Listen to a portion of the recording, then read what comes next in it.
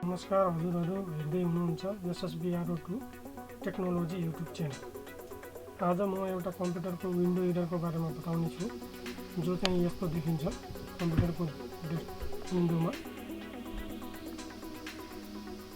यो computer laptop जसको पनि भोलि विन्डो एररमा चाहिँ यसरी your Windows licence will expire soon भनेर आइरहेछ।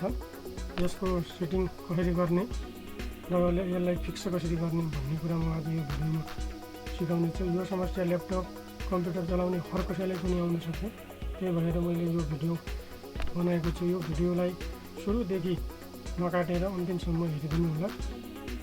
यसको अब दुई कारणले चाहिँ यो एरर आउने गर्छ,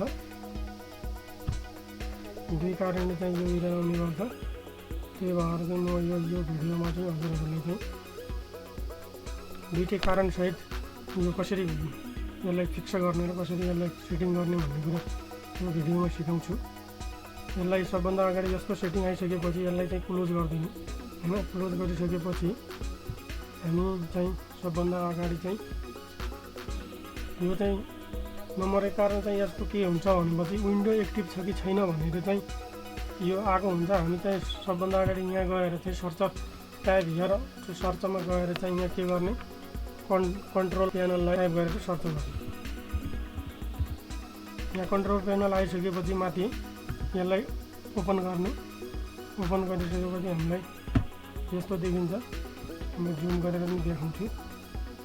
यसलाई थोरै स्मलबाट अलिक हामी लार्ज गरेर चाहिँ यसरी गर्ने। त्यसपछि चाहिँ हामी अब विन्डो एक्टिभ छ कि छैन भनेर हेर्नलाई हामी यहाँ सिस्टममा जाने। सिस्टम त्यहाँ सिस्टममा चाहिँ क्लिक गरेर यसरी चाहिँ आउँछ।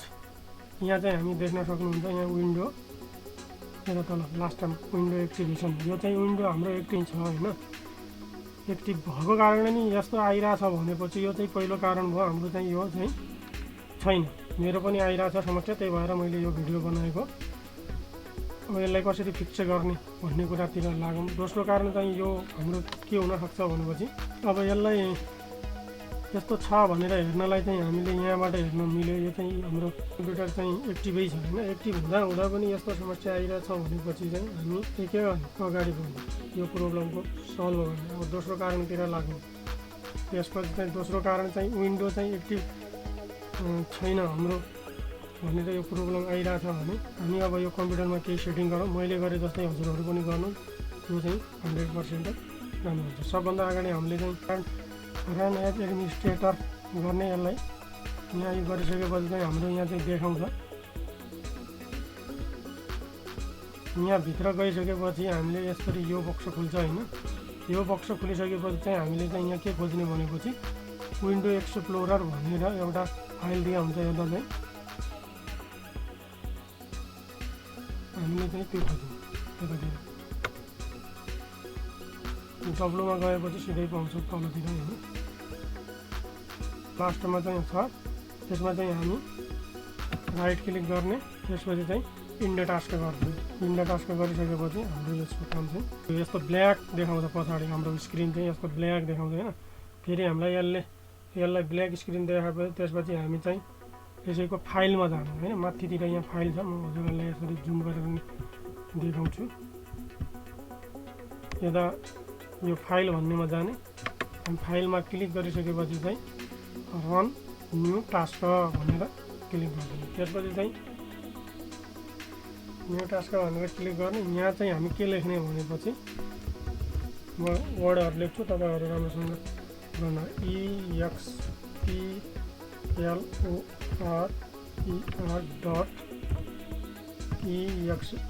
लेखेर तलतिर चाहिँ के गर्ने हामी टिक लगाएर चाहिँ ओके गर्छौँ।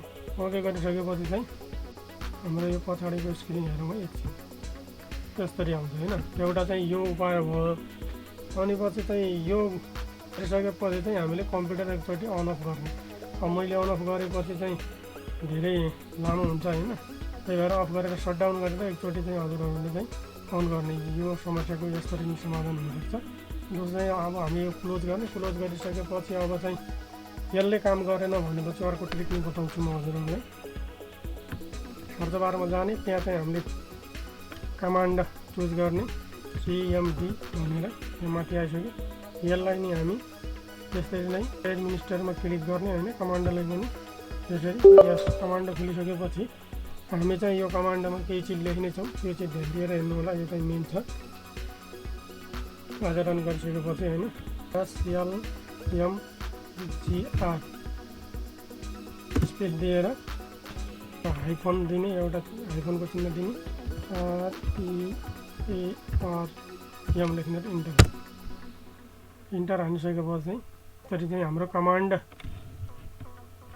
चाहिँ सक्सेस भयो भनेर आइरहेछ। तपाईँहरूलाई म देखाउँछु, कमान्ड इज सक्सेस भनेर आइरहेछ। यस्तो हानेपछि कमान्ड इज कम्प्लिट सक्सेस भनेर आयो। त्यसपछि चाहिँ यसलाई ओके गरिदिने। ओके गरिसकेपछि चाहिँ हामी यसलाई नि कट गरिदिने। त्यसपछि चाहिँ हाम्रो चाहिँ दोस्रो स्टेप रहेको छ। यो भिडियो हेर्दै गर्नु होला अगाडि। हामी यो स्टेपमा चाहिँ अब एप्लिकेसन खोल्नेछौँ। त्यसको लागि चाहिँ सर्चमा जाने। अब सर्चमा गएर चाहिँ GPEDIT टाइप गर्ने, त्यसपछि डट हान्ने, MSC गर्ने। यसलाई सर्च गरेर यसरी सर्च गरेपछि यहाँ माथि देखाइरहेछ, माथि होइन हजुरहरूलाई यहाँ माथितिर देखाइरहेछ। यसलाई नि रन एज नै गर्ने। अझ यो खोलिसकेपछि चाहिँ यसरी खुलिसकेपछि चाहिँ यस्तो देखाउँछ है। यसले चाहिँ यो प्रब्लम सल्भ हुन्छ। यो भिडियो चाहिँ स्किप नगरिकन हेरिदिनु होला है। अब यहाँ चाहिँ हामी के खोज्ने, यहाँ पनि अब एक खोजेर चाहिँ हामीले विन्डो अपडेट भनेर, म यतातिर हल्का देख्दैन, म यसलाई राम्रोसँग देखाउँछु। यहाँ विन्डो अपडेट भनेर एडमिनिस्ट्रेटिभ टेम्प्लेट्समा गएर चाहिँ हामी यसलाई यहाँ गएर चाहिँ विन्डो गर्न सक्छौँ। यसमा क्लिक गरिसकेपछि हामी चाहिँ यो भित्र के खोज्ने भनेपछि विन्डो अपडेट। यो भित्र आइसकेपछि विन्डो कम्पोनेन्ट्समा हामी क्लिक गर्ने। क्लिक गरिसकेपछि चाहिँ हामी यो भित्र चाहिँ गरेर खोज्ने। पहिले कतानिर चाहिँ डब्ल हानेपछि आइहाल्छ होइन। विन्डो अपडेट तलतिर होला लास्टमा, यहाँ विन्डो अपडेट भनेर छ लास्टतिर। विन्डो अपडेटमा हामी विन्डो अपडेटलाई ओपन गरिसकेपछि चाहिँ हामीले यहाँ चाहिँ यनबाट सर्च गरेर चाहिँ के खोज्ने, एउटा यनबाट सर्च गरेर चाहिँ हामी यतातिर यनबाट सर्च गरेर no auto restart with locked on user भनेर एउटा दिएको छ। यसमा चाहिँ हामी क्लिक गर्ने, डबल क्लिक गर्ने। डबल क्लिक गरिसकेपछि हाम्रो यस्तो इन्टरफेस खुल्छ। यो इन्टरफेसमा चाहिँ हामीले यता चाहिँ यो इन्टरफेसमा चाहिँ हामी डिसेबल गर्ने। डिसेबल गरेर एप्लाई गरेपछि हामी चाहिँ ओके गरिदिने। ओके गरिसकेपछि यसको काम सिद्धि। अब एकछिन कम्प्युटरलाई रिस्टार्ट अथवा अफ गरेर अथवा ल्यापटपलाई सटडाउन गरेर, ल्यापटपहरूलाई सटडाउन गरेर अझै एकछिन रिस्टार्ट गरेर हेर्नु होला। हजुरहरूको प्रब्लम यसले नै सल्भ गर्न सक्छ। म 2-3टा धेरै मेथडहरू बताउँदैन, अब 1-2टा मेथड मात्र छ। त्यसपछि चाहिँ हामी यसलाई क्लोज गर्ने र सटडाउन गर्ने। मैले अब सटडाउन गरिराखेर म भिडियो बनाइराख्दाखेरि चाहिँ धेरै लामो हुने भएको कारणले चाहिँ मैले सटडाउन गरिराखेन। त्यही भएर चाहिँ हजुरहरू सटडाउन एकचोटि हेर्नु होला। त्यसपछि चाहिँ हाम्रो अर्को कमान्ड चाहिँ लास्ट सेटअप, लास्ट मेथड। तपाईँहरूको चाहिँ यो लास्ट मेथड चाहिँ म यसमा बताउन गइरहेको छु। यो पनि एउटा राम्रो तरिका हो। हामी यता गएर कमान्ड सर्च गर्ने, सर्च बारमा चाहिँ सिएमडी कमान्डलाई सर्च गर्ने, त्यसपछि चाहिँ इन्टर थिच्ने। त्यसपछि चाहिँ यो यस्तो इन्टरफेस आइसकेपछि तपाईँहरूले यसरी गर्दा नि हुन्छ, यसरी रन एज गर्दा नि हुन्छ।